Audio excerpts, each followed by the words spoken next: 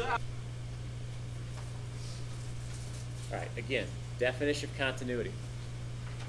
I know at its base, I'm taking the limit, if I can get this to work. All right, I know at its base, the limit as x approaches a, applied to the function, must equal f of a. So when I'm trying to determine if a function is continuous at a particular x value, I'm trying to show that this piece, f of a, equals this part, the limit. So if I'm trying to show that those two parts are equal, let's go through and let's find those two parts. If you find f of a, well, what is f of a? On this one, a is 6, right? So I'm finding f of 6. And I'm using this piecewise defined function to help me find f of 6. I would have to use the right piece, right, if I'm going to find f of 6. So I want to use the piece where x is greater than 2 because 6 is greater than 2. So using this second piece, I plug in 6. I'd have 5 minus the square root of 6 minus 2. If I evaluate that, get square root of 6 minus 2, square root of 4, which is 2. You're subtracting that 2 from that 5, we're getting 3 back. So we find that f of 6 exists because it gives us a real value back of 3. The other piece we have to find, that limit. Here we'd be taking the limit as x approaches 6, applied to our function. Now, we've got two pieces to play with, and if x is approaching 6, you know, if we pretend we have the graph sitting there in front of us, which piece are we traveling on? Well, we're still traveling on this second piece, right? Because all these x values are greater than 2, we're approaching 6, so that point would have to be somewhere on that piece. I could apply this limit directly to that piece, and as we know how to evaluate limits, we understand we're taking 6, we're plugging in. If we get a real result back, good, we're done, and we already know we're getting 3 back. So the limit applied to this function gives us 3. Trying to sync these two up and get the same answers back for both is what shows me that the function is continuous at this particular x value. So what we do is we bring this all home by throwing a little therefore statement on there. We answer our question by saying f is continuous, and it's continuous at x equals 6. Right, because we were supposed to determine if the function was continuous. Now we're stating that it is. But we have to say why. So because, the reason why, we go back to our definition right here. Anytime a function is continuous, it will be because that relationship is true. So we throw on here the limit as x approaches 6, applied to the function, equals f of 6. That's how we show a function is continuous at a particular x value.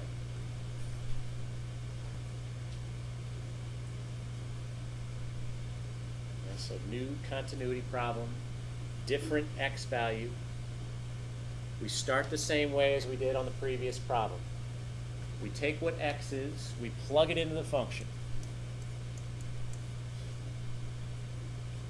Now we have to plug it into the appropriate piece here. Since we're plugging in -1 is less than 2, I'd be plugging into 1 over x. So it'd be 1 over -1, which is -1. So we find that f of -1 exists. It gives us a real value back of -1. The next thing we do, just like the previous problem, we apply the limit as x approaches our x value of -1. We're applying it to this function, and we might as well apply it to the appropriate piece. -1, again, is less than 2. So we know what this limit, if we would explore the left and the right-hand limits here, we'd be traveling on that piece of 1 over x. So you take -1, you plug in, because that's how we evaluate this limit. We get 1 over negative 1 again. We get negative 1 back.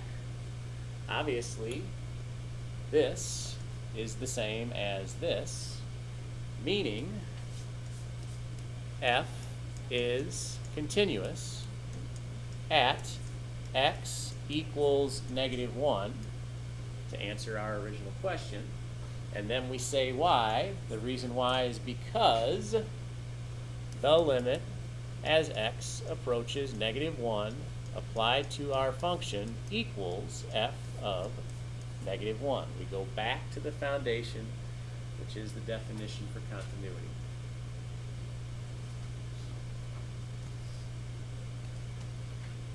One more continuity problem based on the same piecewise function.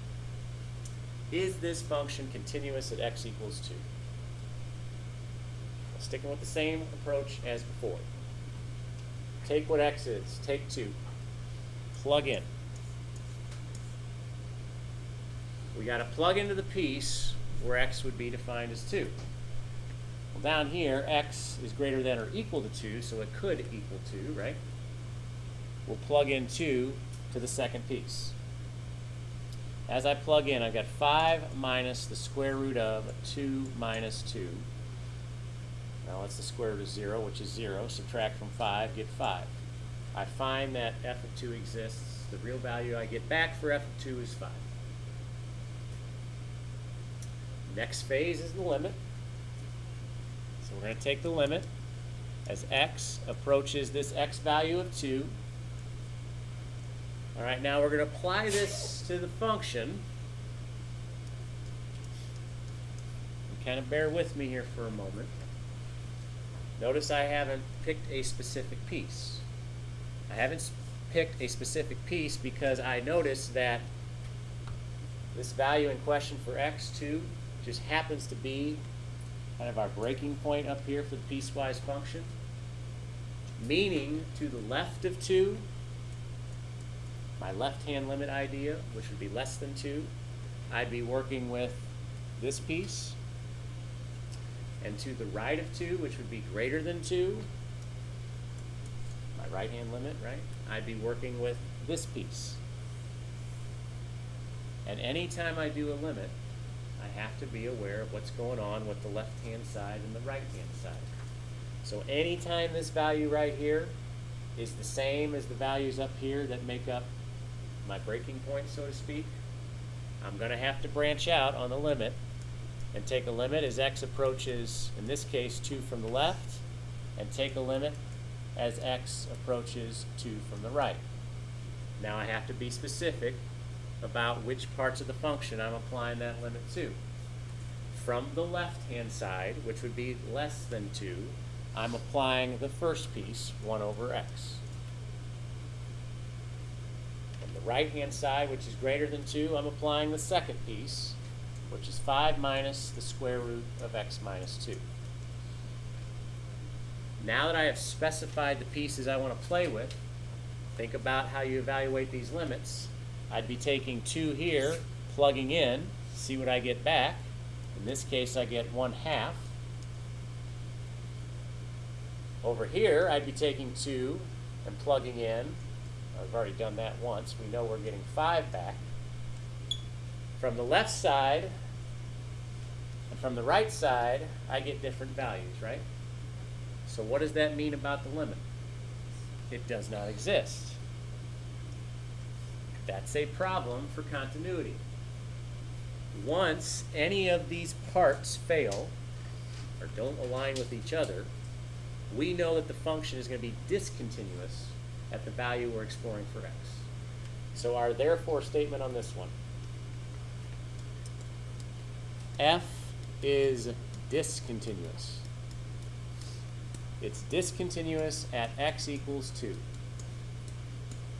Just like we did with the continuous side, we have to say why. So our reason why, or what part failed us here? The part that failed us was this part. So we'll say the limit as x approaches 2 applied to our function did not exist. Trying to show this is discontinuous at x equals 1. We take 1, we plug into the function. When I plug into this piecewise defined function, got to pick the right piece to work with, got to pick the piece where x is 1. X is 1 right here. So if I plug in, what do I get back? Well, that piece would be 0, so I get 0 back. There's no x's to plug into, I just get 0. Move on to the limit. If we take the limit as x approaches, in this case 1, and we apply it to this function, the only piece we got to focus our attention in on is this first one.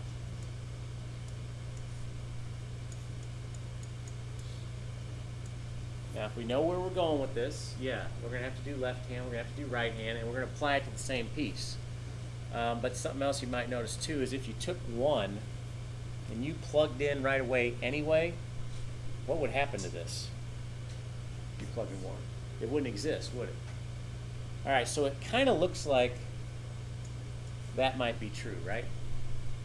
That's the appearance it gives off. So if that's true, we got to do the left,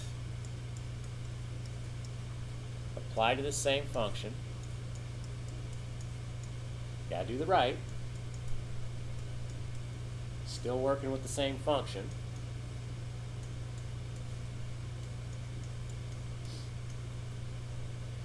But when we have this issue where a limit may not exist, how do we go about evaluating these two? What do we always fall back on? Graphing. So we're going to graph this.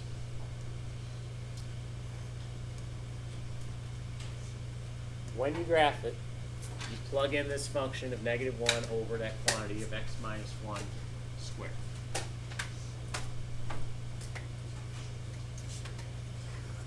And if you go to the graph, there should be issues around 1, which we notice. Here's where x is 1. We do have some issues. It's breaking. So from the left, graph is going down. From the right, graph is going down. So to answer my left-hand limit and my right-hand limit question here, from the left, it's going to negative infinity, right? From the right, same thing. So does this limit exist? It does. I got the same thing back for both. I would say that this limit is actually equal to negative infinity. But I'm trying to show that this function is discontinuous at x equals 1. I found that when I plugged in 1 to the function, I got a value back. I found that the limit works. So what's the problem? Yep. The problem is these are different. So we say, therefore, f is discontinuous at x equals 1. And then we say why. Our reason why on this one is that the limit as x approaches 1 applied to the function does not equal f of 1. So normally when we say it's continuous, we say that these ideas are equal. But here, it turned out they're not.